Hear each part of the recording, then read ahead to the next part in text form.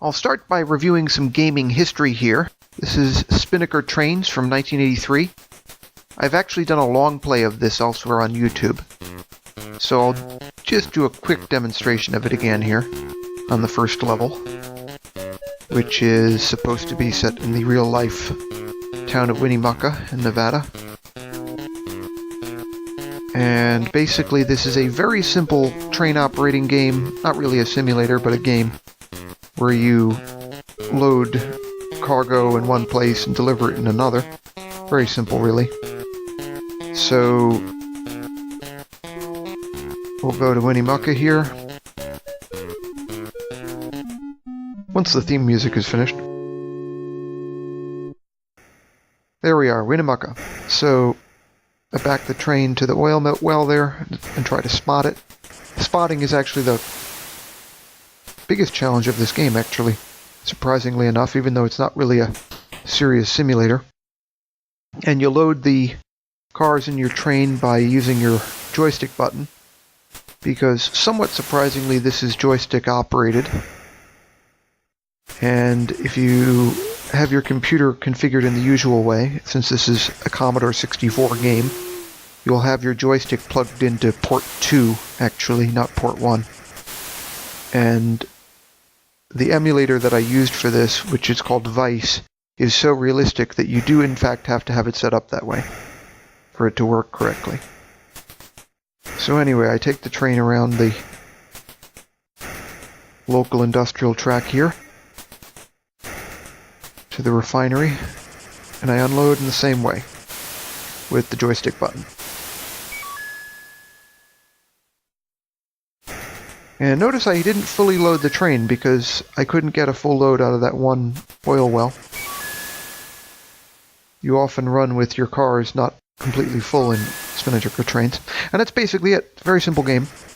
And around the same time, the history professor, Martin Campion, from Pittsburgh State University, which is not in Pennsylvania but in Kansas, developed Rails West, which is basically a financial strategy game based on the second round of transcontinental railway building in the United States in the second half of the 19th century.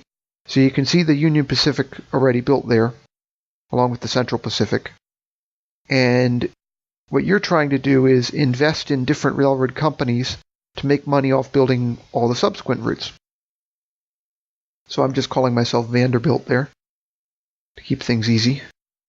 So they explain the operating conditions and they give you instructions as to which keys do what. This was actually meant for distribution to students. It was not actually a mass market game originally.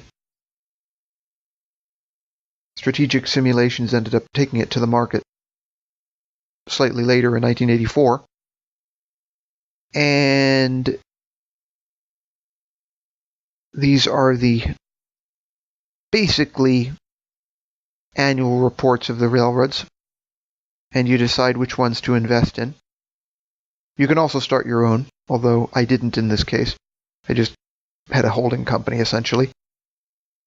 And I decided to invest in Chicago Northwestern because Chicago Northwestern appeared to be the most successful railroad at that stage of the game. And I didn't plan on doing a long play of this, but I ended up in the end doing so. So I may post that separately on YouTube. So there's Chicago Northwestern. And I was encouraged by this performance, so I decided to try pursuing it further. You start out with about $2 million, and I made $66,000 in profit in this game. And so you can't invest in everything unless you only want to invest a little bit in each one. I just felt that it was better to try one for a start, especially because in good economic times, it's not the good time to invest anyway. But I wanted to start with something so that I could at least show this to you. And even in good times, you can see some of the railroads are going bankrupt. There is very little simulation of operations in this game. It's almost entirely finance. So I'm not really thrilled with that dimension of it, but you can argue that this was the inspiration for, ultimately, Railroad Tycoon, which is really the subject of this video. So here I'm going to buy bonds, which is something you actually can't do in Railroad Tycoon that I'm aware of. I've never found a version where I found that function. You can sell bonds, but you can't buy them. I think this is down to the more financial orientation of Rails West, this game. And so I buy bonds and I buy stock in Chicago Northwestern. And I'm just going to race ahead to the next turn to show the result. I also try to control it, and I can't do it with the stock holdings that I have. So there I have $66,000 profit, at least in net worth. So, I got a little bit out of it. Although these kinds of games aren't necessarily my thing. So now we will look at the original Railroad Tycoon, and I will show you why I was not able to play it through. First, we'll watch the opening.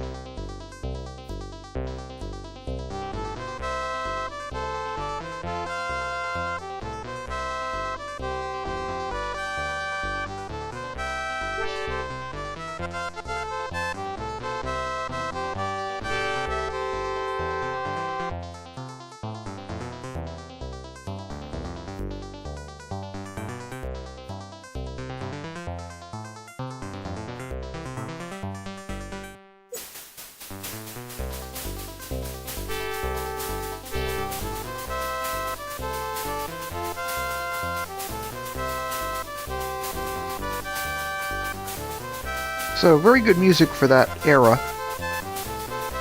Here it tells you it's made by Microprose. That's, of course, a company that Sid Meier worked for in those days. And there's Sid Meier with his colleagues. And now you have to choose what you're going to do. So start a new railroad in the Eastern USA map. And normally the way you would lay track, first we'll go with the default realism and let it load up here. But normally, the way you lay track in Railroad Tycoon Classic is you switch on your number lock and you use your keypad on your vintage keyboard. So you would say, well, if I have a laptop, what I'm going to do is use the emulator on the laptop for the keypad. However, that doesn't work. Partly, I think, because this game is so old, they never thought to include that compatibility in it. So regrettably, as I will show you, that functionality doesn't work. So I'm going to try and lay some track out of Utica here, Utica, New York, which was a railroad crossroads in the 19th century, then as now. And there's Albany, capital of New York State.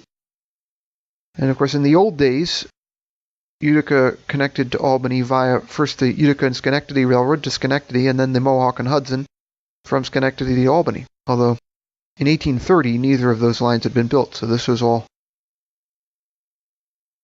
railway-free territory at the time, so I would be ahead of real life if I were able to lay the track. But see, normally this movement of the box there on the map would be sufficient to lay track, but see, even if I feather it between remove and build, I can't get it to work. And what you can't see is I've also tried the number lock emulation on the laptop keyboard I use, and it simply doesn't work. So unfortunately, even with accommodations for these older games, sometimes they just don't work on a modern computer. So what I'm going to do is in the next video, I'm going to run Railroad Tycoon Deluxe, which is almost the same as the original Railroad Tycoon, just it has a few more features, and it supports a laptop keyboard. So in the next video, I will play through Railroad Tycoon Deluxe.